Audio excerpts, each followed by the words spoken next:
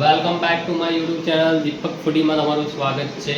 આજે આપણે બનાવી રહ્યા છીએ મારા જોડે સમોસા. બટ કયા સમોસા બનાવી રહ્યા છીએ? આપણે પનીર સમોસા.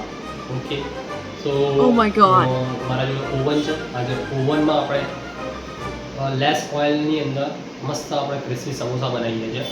તો ટાઈમ વેસ્ટ નથી કરતા, આપણે આવી ગયા છે મારા કિચનમાં.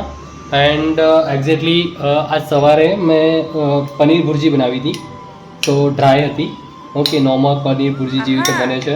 ઓકે, આપણે અવેલેબલ છે રેસીપી પણ ડ્રાય પનીર ભુરજી તમે સર્ચ કરી શકો છો.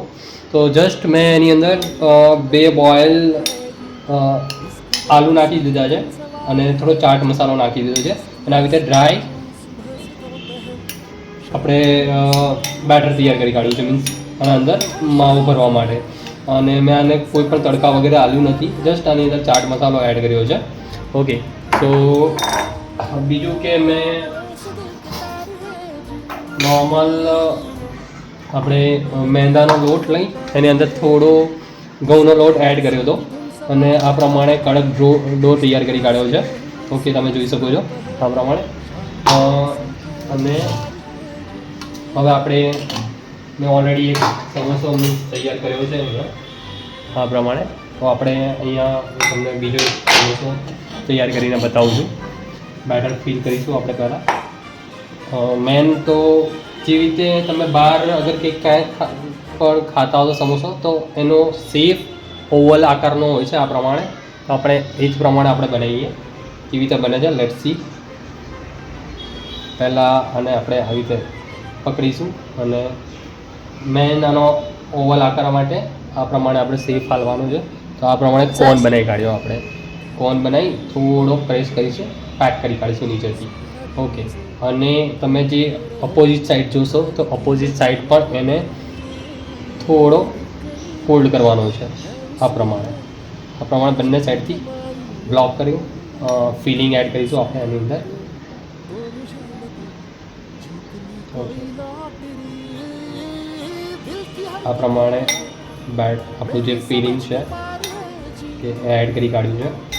હવે જસ્ટ અને નીચે રાખી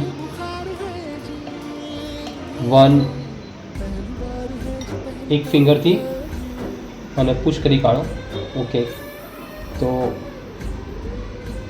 આ પ્રમાણે તમે જોશો કે એકદમ પ્રોપરલી સેફ પણ આવી ગયો છે ઓવલ આકારનો. અને એકદમ આ ઓપન પણ નહીં થાય, તમે ચેક કરી શકો છો, જોઈ શકો છો. ઓકે, એકદમ સરસ રીતે ઓવલ આકારનો સેફ આવી ગયો છે. આ જ રીતે આપણે બીજા સમોસા પણ રેડી કરી કાઢીએ. તો લેટ્સ કમ વિથ મી. અત્યારે છીએ મારા કિચનમાં. મેં માઇક્રોવેવ્સ છે, મારા જોડે માઇક્રોવેવ કન્વેન્શન્સ છે ઓવન. તો એને મેં પ્રી હીટેડ માટે 3 થી 4 મિનિટ માટે મેં મૂક્યું છે. ઓકે, સો પ્રી હીટેડ જેવી રીતે 3-4 મિનિટ થઈ જાય ત્યાર પછી આપણે એની અંદર જે સમોસા આપણે બનાવ્યા છે હું તમને બતાવું છું. જ્યાં મેં અપર રેન્ક છે, અપર રેન્કમાં મેં આવી રીતે સમોસા ગોઠવ્યા છે. ઓકે, તો આને આપણે પ્રી હીટેડ માઇક્રોવેવમાં આપણે મૂકીશું. બટ એના પહેલાં મેં એક કપની અંદર બાઉલની અંદર મિલ્ક લીધું છે, નોર્મલ મિલ્ક છે. અને આપણે જેટલા પણ આ જે સમોસા બનાવ્યા છે, ઓકે, એના ઉપર કોટેડ કરી કાઢીશું. સો આનાથી હું તમને એક બતાવું છું. તમારી જોડે બ્રશ હોય તો બ્રશથી કરશો. મારી જોડે સ્પેચ્યુલા છે, સ્પેચ્યુલાથી હું જસ્ટ આ પ્રમાણે આને કોટિંગ કરી કાઢું છું. જેનાથી જે તમે બહાર ખાઓ છો જેનું પોર એકદમ ક્રિસ્પી હોય છે ને, તો એ જ પ્રમાણે આપણે બને છે.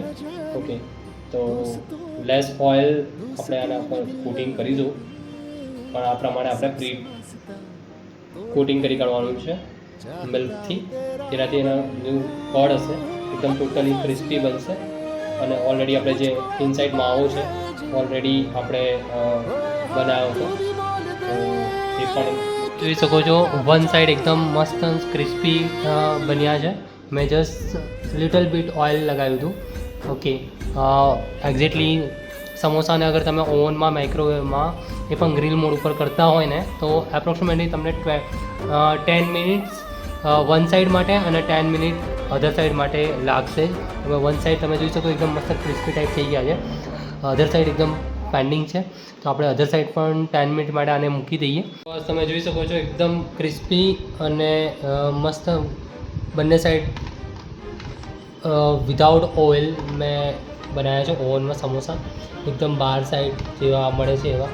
ઓકે, તો થોડું તમે આના ઉપર અગર તમને એવું લાગતું હોય કે ડ્રાય છે તો ઓઇલ ગ્રીસ કરીને પણ તમે ઓવનમાં બનાવી શકો છો.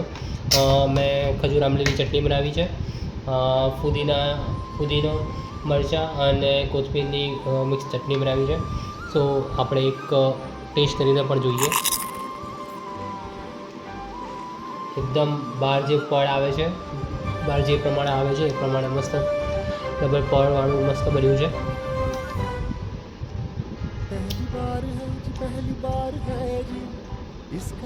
એકદમ ટેસ્ટી બન્યો છે, બહાર જેવી રીતે મળે છે એ રીતે તમે પણ ખુદ પણ ટ્રાય કરજો એકવાર જરૂરથી. પ્લીઝ મારી ચેનલને લાઇક, સબસ્ક્રાઈબ એન્ડ ફોલો જરૂરથી કરજો, શેર પણ કરજો. Bye bye.